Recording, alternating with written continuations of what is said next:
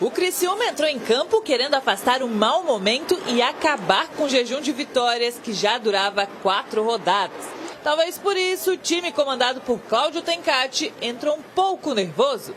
E nesse nervosismo aconteceu o que o torcedor não queria ver. O zagueiro, capitão da equipe, Rodrigo, vacilou e Eliel aproveitou a atrapalhada e estufou as redes. Aos 4 minutos, início de jogo perfeito para a Ponte Preta. Eliel, camisa 9! Quando você toma um gol no início ali, é uma ducha de água fria. E aí você tem que mobilizar os caras. Calma, vamos jogar, vamos. Né? Até no início ali um pouco de passe errado, um pouco ansioso, calma, se organiza de novo. E a equipe se encontrou. E se encontrou mesmo. O Tigre foi pra cima e começou a reação. Aos 18 minutos, o gol do empate saiu. Rômulo subiu mais alto que a defesa e deixou tudo igual. A Ponte ainda teve a chance de ampliar o marcador. Colocou essa bola no travessão. Mas a noite era do Carvoeiro. Em uma jogada de contra-ataque, Felipe Viseu achou Claudinho, que precisou apenas empurrar para o gol.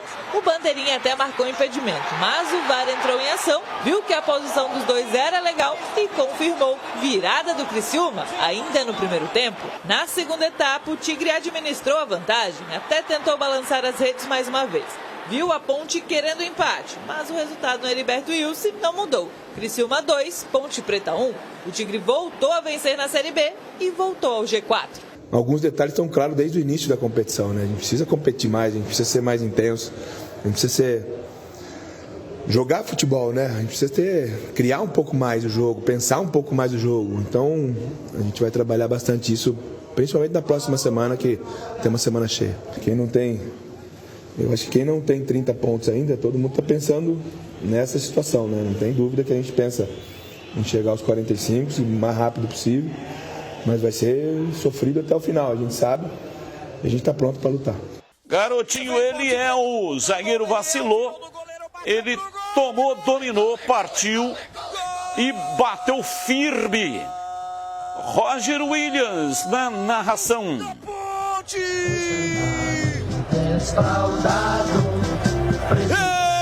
Eliel, camisa 9!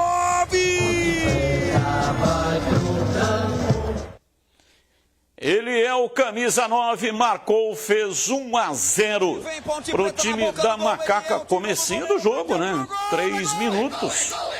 Mas aí a Ponte, em 30 minutos, tomou a virada e perdeu o jogo.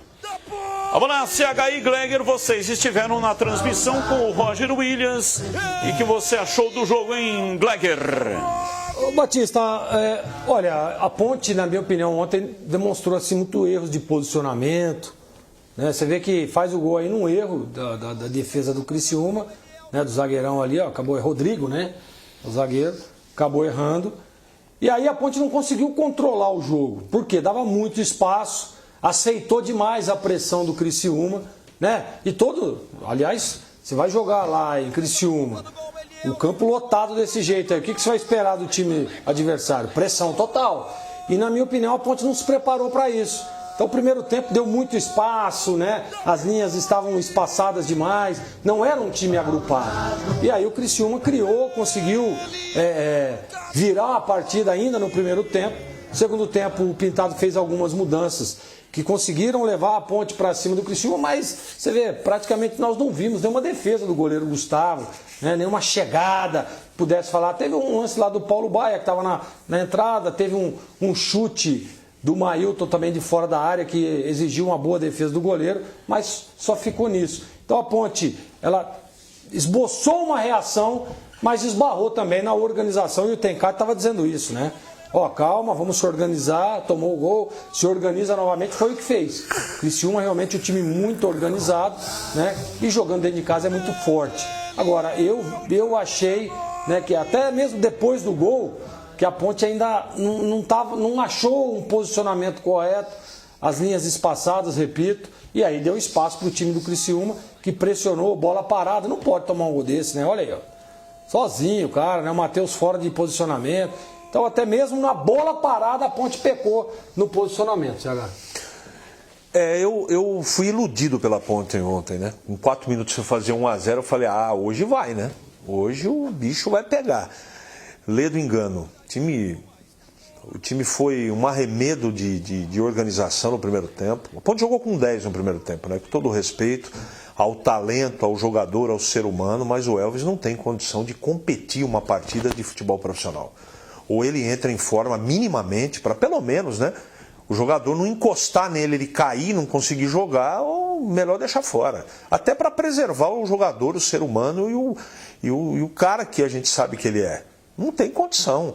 Aí quando a Ponte, ele colocou o Igor Torres no segundo tempo e foi fazendo o Pintado as modificações, Batista, houve até um certo equilíbrio na segunda etapa.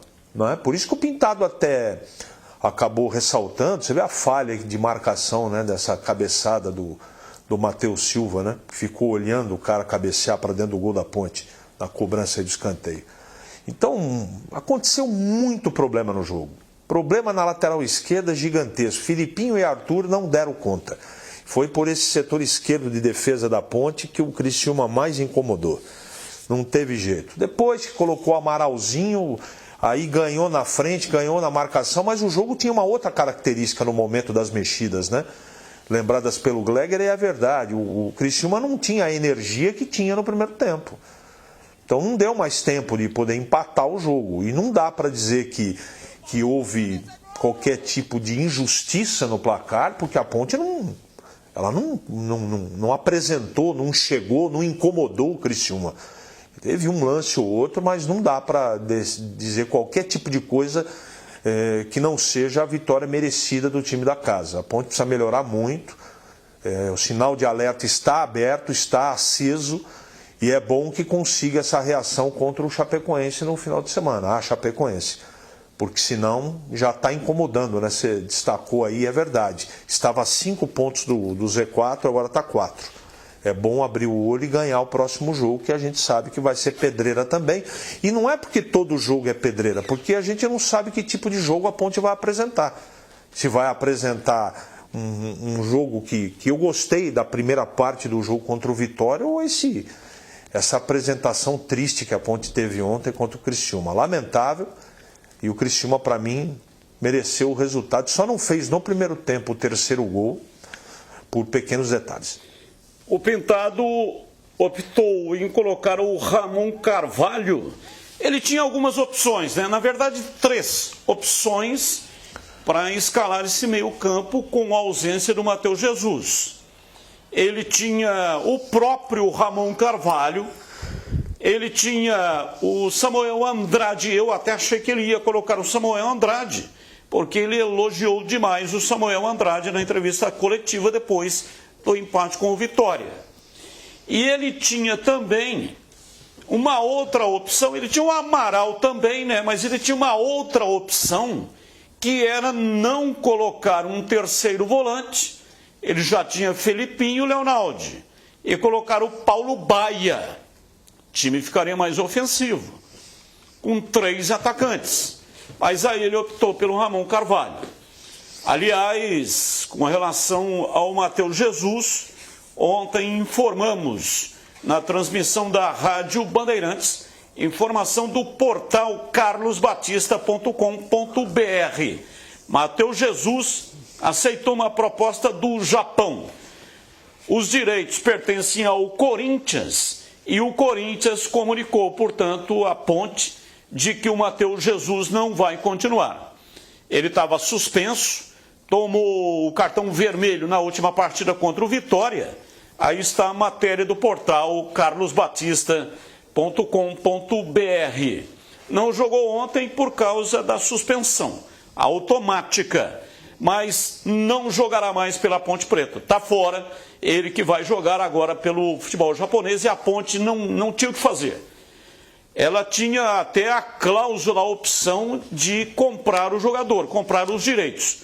Ou comprava os direitos para a permanência, coisa que a Ponte não tem condições, ou abre mão do jogador, e foi isso que a Ponte fez. Olha, Batista, de 20 partidas que ele participou, ou fora ou dentro, que ele esteve dentro do elenco da Ponte, eu não me lembro de mais do que 2 partidas que nesse Campeonato Brasileiro ele tenha ido bem. No Campeonato Paulista ele foi bem. Campeonato Brasileiro. Então não é que não vai fazer falta, mas é um jogador que não está na ponte, ou pelo menos no meu entendimento, não tem demonstrado, entregado o que dele se espera. Toda hora a gente está falando, mas ele tem potencial, ele joga pra caramba, ele vai desconcertar, vai acontecer e não acontece. Então eu acho que a vida dele vai seguir, a da Ponte também, sucesso a ele, que ele tenha muito sucesso para onde ele vai jogar, mas dentro da Ponte, tecnicamente, eu não acho que vai ter tanta saudade assim do futebol do Matheus Jesus. Infelizmente. Depois da saída do Hélio, né? Porque desde a chegada do Hélio na Ponte, a volta do Matheus Jesus, né, que cumpriu aquela suspensão lá, e aí, pra mim, eu acho ele um craque. Aliás, nós falávamos isso ontem, eu e o CH, quando saiu essa notícia. Porque eu acho que ele tem muita condição, muita qualidade. Mas às vezes falta foco, concentração, né? Ele tá, às vezes pode até ser, né, que esse marasmo, digamos assim, é muita proposta, querendo levar o jogador e tal, e aí o cara desvia o foco, né? E o Matheus Jesus deu mostras de que é isso. Ele não consegue, se ele tiver focado, como estava, a Série A2, pra mim ele foi o cara, por exemplo. Em um campeonato disputadíssimo, difícil pra caramba, tanto quanto a Série B. Mas, infelizmente, né? Mas que seja ele feliz, tomara que ele vá lá pro Japão e consiga exercer um bom futebol, porque ele é bom jogador. Ele tem muita qualidade. O que falta é emocional.